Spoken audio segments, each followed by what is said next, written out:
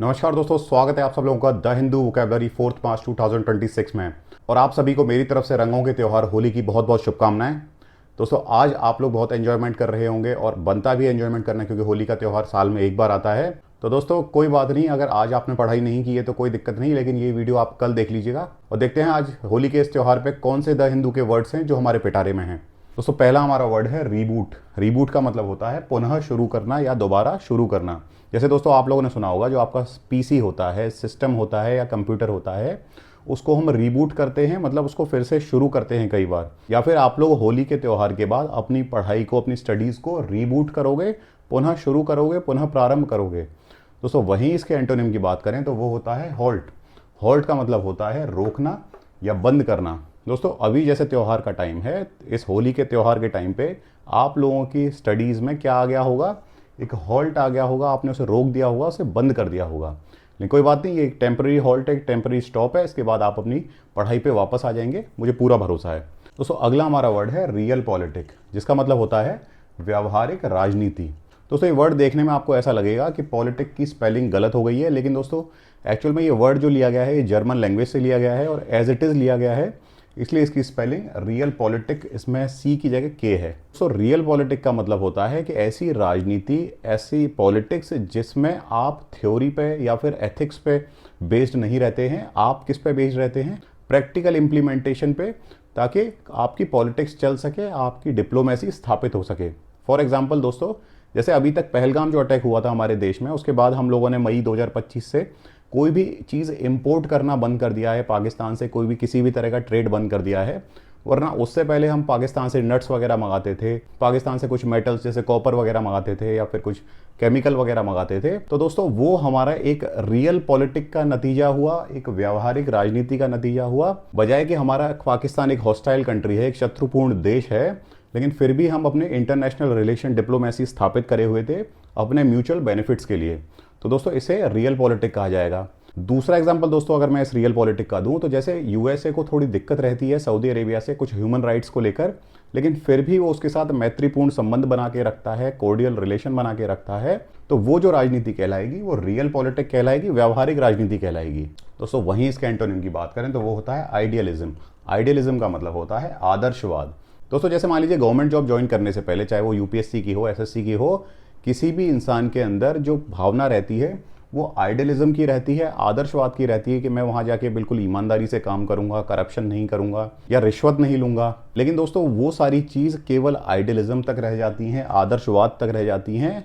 असल में हकीकत कुछ और होती है। बहुत सारे लोग पैसा आता देखते हैं तो टूट जाते हैं अपने उसूलों से, तो वो अपने आइडियलिज्म के पाथ से, आइडियलिज्म के पथ से विमुख हो जाते हैं, भ्रष्ट हो जाते हैं उस आदर्शवाद के रास्ते से।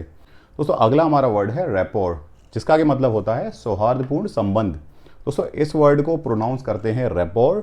इसको रैपोर्ट नहीं पढ़ेंगे, हम रैपोर्ट नहीं बोलेंगे, इसको उच्चारित करेंगे रैपोर। दोस्तों, जैसे एग्जाम्पल के साथ अगर समझते हैं तो अगर मान लीजिए टीचर को कोई अपना टॉपिक पढ़ाना है और उसे इंटरेस्टिंग बनाना है और बच्चों को एंगेज करना है, तो उसको बच्चों के साथ में टीचर को रैपोर बिल्डअप करना पड़ेगा, सौहार्दपूर्ण संबंध बिल्डअप करने पड़ेंगे या बनाने पड़ेंगे। समझ रहे हैं दोस्तों? वहीं इसके एंटोनिम की बात करें तो वो होता है डिस्कॉर्ड। डिस्कॉर्ड का मतलब होता है मतभेद या असहमति। जैसे दोस्तों, अब होली का त्यौहार है, होली के त्यौहार में लोगों के मन में कई सारे मतभेद होते होंगे, लेकिन होली का त्यौहार इसलिए माना जाता है, इसलिए जाना जाता है क्योंकि इसमें आपसी जो डिस्कॉर्ड होते हैं, म्यूचुअल जो डिस्कॉर्ड होते हैं, जो मतभेद होते हैं, असहमतियाँ होती हैं, वो सारी मिटा के सब लोग गले मिल जाते हैं और दुश्मन भी दोस्त बन जाते हैं।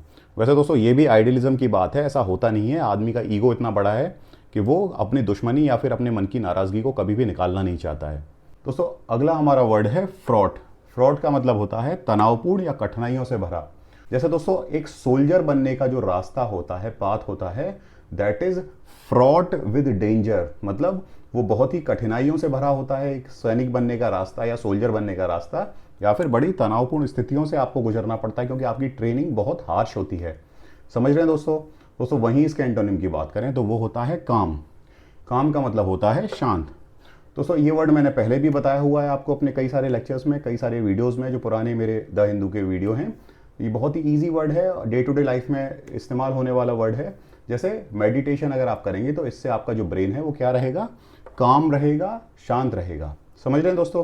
दोस्तों अगला हमारा वर्ड है बी डेविल। बी डेविल का मतलब होता है परेशान करना या सताना।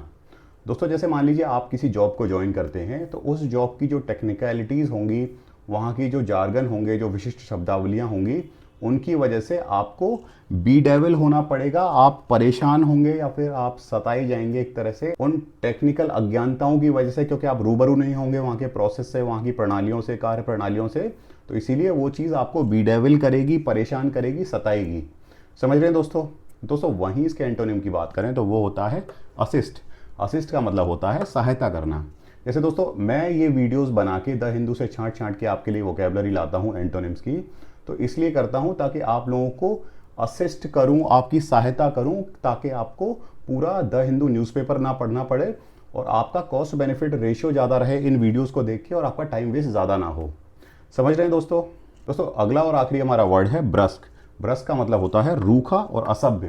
दोस्तों ये एक फ्रेंच वर्ड है, इसीलिए इसका फॉर्मेशन भी देखिए आप थोड़ा सा अलग है बाकी सारे जो वर्ड्स होते हैं उससे। तो ब्रस्क का मतलब रूखा, असभ्य होता है। जैसे कई बार कई जो बदतमीज किस्म के लोग होते हैं वो बड़ा ही ब्रस्क रिप्लाई देते हैं, जो जिससे कि लोग ऑफेंड हो जाते हैं, मतलब गुस्सा हो जाते हैं, नाराज हो जाते हैं। ब्रस्क रिप्लाई मतलब रूखा या असभ्य तरीके का जवाब देते हैं। समझ गए दोस्तों। दोस्तों वहीं इसके एंटोनिम की बात करें तो वो होता है पोलाइट। पोलाइट का मतलब होता है विनम्र। दोस्तों अगर मान लीजिए आपके पास कितना भी अच्छा पद हो, कितने भी पैसे हों, या आप कितने भी रूपवान या धनवान हो, लेकिन जब तक आप पोलाइट नहीं होंगे, विनम्र नहीं होंगे, तब तक लोगों के मन में, दिल में जगह नहीं बना सकते हैं। समझिए दोस्तों। तो दोस्तों ये थे आज के द हिंदू की वोकैबुलरी उनके एंटोनिम्स के साथ, और ये सभी वर्ड्स मैंने अपने डिस्क्रिप्शन बॉक्स में पेस्ट कर दिए हैं ताकि आप लोगों को रिवीजन में कोई दिक्कत ना आए। तो दोस्तों अगर मान लीजिए आपको कोई डाउट हो, क्वेरी हो, क्वेश्चन हो, तो आप कमेंट कर सकते हैं, मैं उसका रिप्लाई करूंगा। साथ ही साथ ऐसा कोई वीडियो जो आप मुझसे बनवाना चाहते हो किसी टॉपिक पे, तो आप लोग कमेंट में लिख दीजिएगा, मैं उस पर वीडियो बनाने की पूरी कोशिश करूंगा।